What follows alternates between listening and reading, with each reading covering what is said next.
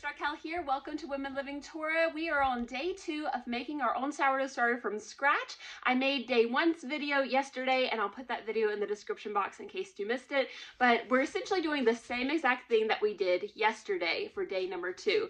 And I'll show you what that is. I'm also going to share some books with you that I recommend if you're getting into sourdough baking, or if you've been doing it for a while. These are ones that I think are good, including for freshly milled flour. So stay tuned for that. So I've got my sourdough starter here, and you can see it has this blackish liquid on top.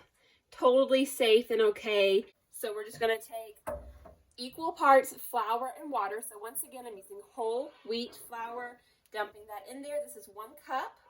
I had 1 cup of starter, so I'm doing 1 cup or less of fresh flour. And then I'm also doing 1 cup of unchlorinated water. Oops. That was a little bit more than 1 cup because I just spilled. Pour that in there. So equal parts flour, water, and then I'm going to stir that up. And tomorrow we're going to do a very similar thing, except for instead of doing equal parts flour and water by measurement, with like 1 cup measurements, it will be equal parts by weight, or if you're kind of like me, you'll just eyeball it, which means slightly more flour to water is what it comes out to be. But we'll talk about that tomorrow. It's still equal parts, but it'll be equal parts by weight. So there we go. We've mixed up our equal parts flour and water into our sourdough starter. We're going to let this sit on the countertop for another 12 to 24 hours. You could be doing the same process right here every 12 hours. You can do it once every 24 hours. It's really up to you. I'm just doing it once every 24 hours because I know that works and I'm lazy. So there we go. That's it for day 2. Now let me show you these books that I recommend. Let me start with this one right here. Just so you know, I didn't have any of these books except for this one when I first started sourdough baking. And this one is actually not specific to sourdough. So you don't need these books, okay? I hate recommending these and be like, these are essential. You know, you see YouTube videos all the time. These are essential things that you need. It's not really essential, but they are really good and I do really like them. Let me show you Shannon Stronger's Traditionally Fermented Foods first.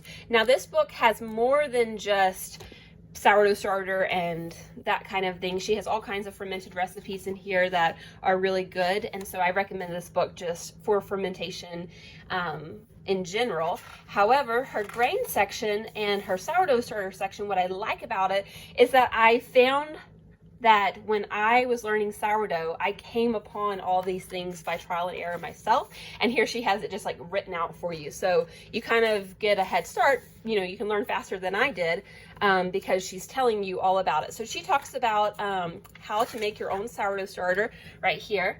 So like days 1 through 3, it's like essentially the same exact process that I use, and then day 4 through 7. So I thought that was cool. And then she also talks about like if you want to have a higher rising bread, what you can do, etc., etc. She also talks about gluten-free sourdough starters. So I definitely recommend this this book. I can't remember if I used this recipe for my English muffins, but I do know that her wheat sourdough sandwich bread is good.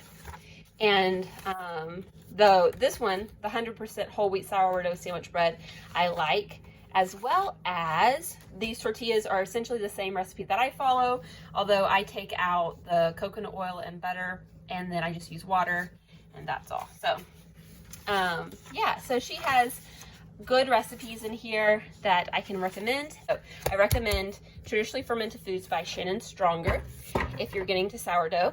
The second one is one that was actually gifted to me from one of my dear subscribers. It's called Sourdough by Sarah Owens. And what I like about this one in particular is her process, how she explains her process, because once again, it is exactly what I do, which is just very validating and confirming for myself. That, okay, I'm doing this right. But yeah, so she talks about, you know, like techniques, mixing by hand, I think is just really important. And I'll share all of this in a video when our starter gets strong enough to make some bread. Turn and fold, slap and fold, pre-shaping, resting it, doing a final shape, putting in the refrigerator. to retard, proofing it, baking in Dutch oven. She explains the whole process, open baking, and I really like this process. I feel like it always gives me a great loaf, and I noticed a lot of other people use that same process. Like I watched a Farmhouse on Boone video one time, same process. And then the other thing that's really cool about this book is that she has so many different inclusions. So inclusions would be things that you add into your bread to make it like fancy, like jalapenos and cheddars, for example. And she breaks it up by season, which I also like. Let's see. So here's a beet bread. So adding beets into your bread, which is going to give it a lovely color. Butternut squash and cherry bread. So you can see the inclusions are in the bread. I've not really done a lot of inclusions. Here's harvest bread with hard sauce, she calls it, but you can see there's things inside of it. Looks like she does apples and parsnips and orange zest and figs, currants. Yeah. So inclusions are when you just add things to your bread, and I have not really done a lot of that. I kind of started experimenting this year. I really enjoyed it. I've kind of not done it since then. Since the beginning of this year, but I want to get back into it. So again, lots of really great recipes in this book, and I love that she has those inclusions if you want to kind of take your artesian bread just a little bit further beyond the basic, you know, artesian loaf or sandwich loaf or biscuits or, you know, whatever it is. And then finally, this last one I wanted to show you is one that I've had a very, very long time, Sue Gregg's cookbooks, Whole Grain Baking. And she talks a lot about just kind of not the science necessarily behind grains, although she does a little bit, but kind of like the ancient origins of grains and stuff like that. And what I really like about this book is she talks a lot about soaking your grains.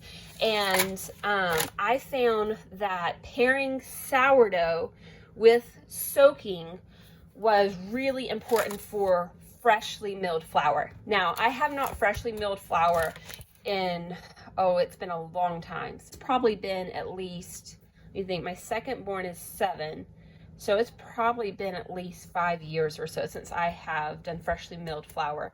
But I just found that this book and the things that she talks about in here about soaking your grains paired with sourdough was kind of like the ticket to some nice, moist, not too dense, freshly milled sourdough bread. So just wanted to mention that one as well. So I hope you'll join us tomorrow for day 3 of making a sourdough starter from scratch. It's going to be very similar to today, just a little bit different, but not so different that it's too difficult or a challenge. You can do this, ladies, and I'm here for you. If you have any questions or thoughts about sourdough that you want me to address, just put those in the comments and I'll try to address them tomorrow in tomorrow's video. Until next time, I pray that Yahweh will bless you and keep you. I'll talk with you later.